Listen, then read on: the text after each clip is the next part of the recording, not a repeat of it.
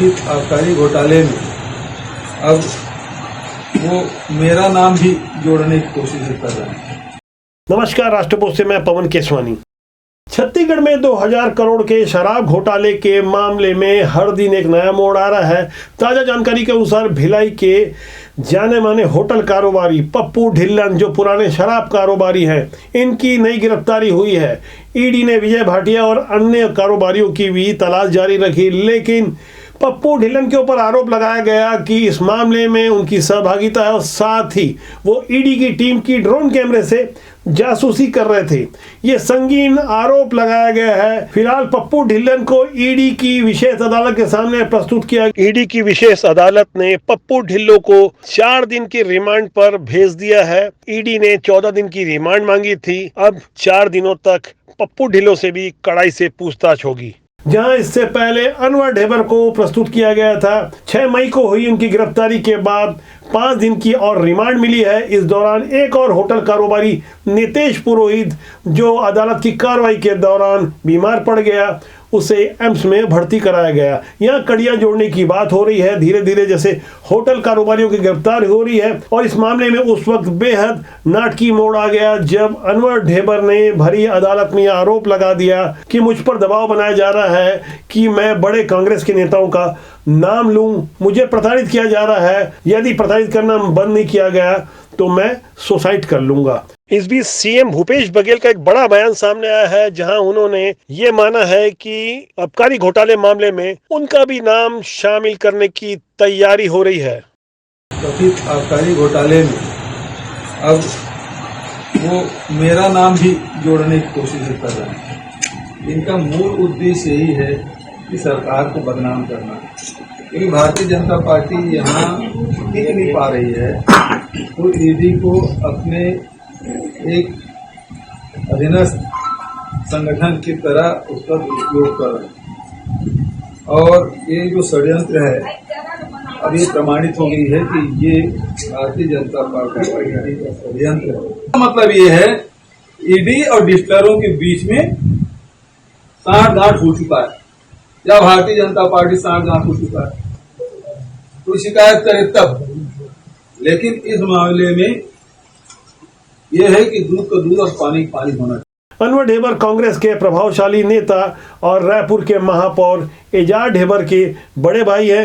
अनवर ढेबर की गिरफ्तारी के 5 दिन पहले उनके छोटे भाई महापौर एजाज ढेबर को शायद पहले से आशंका थी, तभी वो कुछ परेशान लग रहे थे। 1 मई को अपने जन्मदिन के मौके पर उन्होंने 11 जवानों को शहीद बताने की जगह नक्सलियों को शहीद बता दिया। उनकी परेशानी को कुछ आप इस तरह से समझिए। हमारे कुछ दिन पहले 11 नक्सली भी शहीद हुए हैं, तो इसलिए बहुत ज्यादा धूमधाम से अपने जन्मदिन को मैंने नहीं बनाया।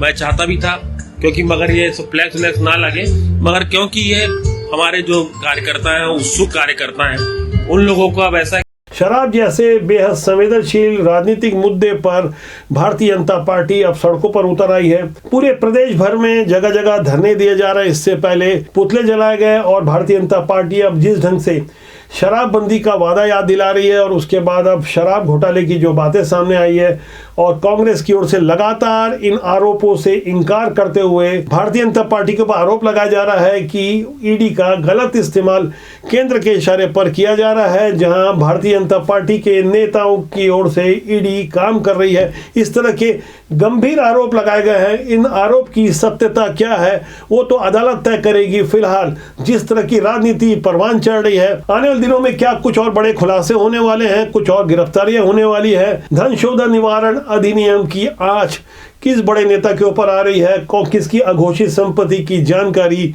ईडी सार्वजनिक करने वाली है, इससे लेकर बड़े बड़े सफेद पोशों के माथे पर बल पड़ा हुआ है। आरोप की सत्यता या राजनीति, इसमें जो भी सच्चाई हो उस पर सबकी निगाह बनी हुई है। शराब घोटाले के मामले में जो पहली गिरफ्तारी अनवर ढेबर की हुई, वहां सिलसिलेवार ढंग से पूछताछ के बाद कुछ नए तथ्य सामने आने का दावा ईडी की ओर से किया जा रहा है।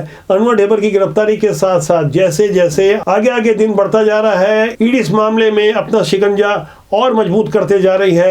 यहाँ गौर करने वाली बात यह है कि फरवरी 2020 में जब पहली बार इनकम टैक्स और ईडी के लगातार छापों का सिलसिला शुरू हुआ था, तब ये पहला मौका नजर आ रहा है कि कांग्रेस छत्तीसगढ़ में इस मामले में बैकफुट पर नजर आ रही है। लगातार कांग्रेस की ओर से सफाई प्रस्तुत की जा रही है, जबकि भारतीय जनता पार्टी लगातार आक्रामक होती जा रही है। शराब का यह मुद्दा ही ऐसा है, इसे लेकर आने वाले समय में राजनीति तो परवान चढ़ेगी, साथ ही आने वाले 5-7 महीनों में जो विधानसभा के चुनाव हैं, इसे लेकर न केवल शराबबंदी जबकि इसके पहले कोल स्कैम का मामला भी है। और आने वाले दिनों में जो अपुष्ट जानकारी मिली है, कुछ और नए बड़े आरोप लगने वाले हैं, पेपर्स खंगाले जा रहे हैं और दस्तावेजों की जांच चल रही है। इस बीच कांग्रेस की प्रदेश प्रभारी कुमारी शैलजा ने संगठन और सत्ता के बीच बेहतर तालमेल के लिए भूपेश बघेल सरकार के मंत्रियों की बैठक ली। इस बैठक में हालांकि उमेश पटेल और रविंद्र चौबे किन्हीं कारण से पहुंच नहीं सके।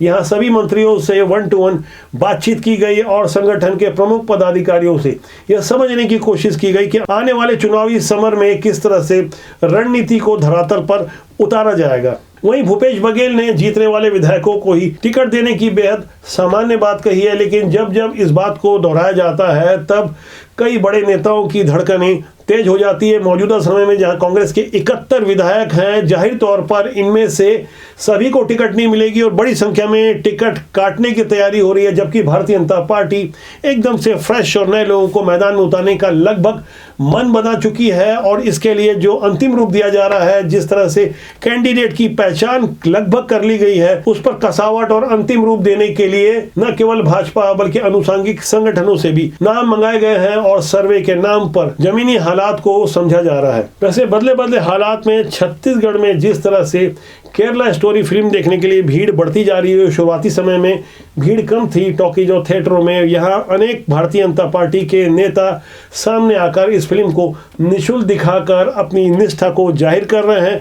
ऐसे माहौल में कांग्रेस के नेताओं की ओर से जो चुप्पी साधी गई है वह भी समझने वाली बात होगी। जहां जहां कांग्रेस का शासन नहीं है अन्य प्रदेशों में, वहां इस फिल्म को बैन लगाने की बात हो रही है, जबकि मौजूदा समय में राज्य सरकार की ओर से केरला स्टोरी पर न तो टैक्स फ्री और न ही बैन करने जैसी कोई बात कही जा रही है। ऐसे संवेदनशील मुद्दे पर चुनाव से पहले धूप में चली हल्के पांव वाली रणनीति को अपनाया जा रहा है। मौजूदा हालात में छत्तीसगढ़ की राजनीति को समझने वाले यह बता रहे हैं कि इस वक्त कांग्रेस का पलड़ा भारी है, लेकिन यहाँ गौर करने वाली बात है कि चुनाव फिलहाल आज नहीं है। जब चुनाव होगा उसे लेकर भारतीय जनता पार्टी ने एक योजनाबद्ध रणनीति बनाई है और उसी रणनीति का हिस्सा है कि जो जिस तरह से भी धरना प्रदर्शन किया जा रहा है, आने वाले दिनों में यह हंगामा और बढ़ने वाला है। तथ्यों की बात हो रही है, सबूतों की बात हो रही है राज्य सरकार की ओर से, जहां बार बार ईडी को चुनौती दी जा रही थी कि नाम नहीं बताया जा रहा है, प्रॉपर्टी की जानकारी नहीं दी जा रही है। अब धीरे धीरे ईडी नाम भी बता रही है और प्रॉपर्टी की जानकारी भी दे रही है। इन हालातों को राज्य की जनता भी बखूबी समझ रही है। लोग कांग्रेस के आरोपों को भी समझ रहे हैं और भारतीय जनता पार्टी के प्रदर्शन को भी देख रहे हैं। कौन सही है कौन गलत है, इस बारे में आप कमेंट सेक्शन जाकर राय जरूर लिखिएगा। राष्ट्रबोध आपका अपना जनमंच है, मैं चाहूंगा कि कमेंट सेक्शन में अपनी राय रखने के साथ लाइक शेयर के साथ सब्सक्राइब करना ना भूलें, जिससे आपका और हमारा साथ और ज्यादा मजबूती से बना रहे। अपना ख्याल रखिएगा। नमस्कार।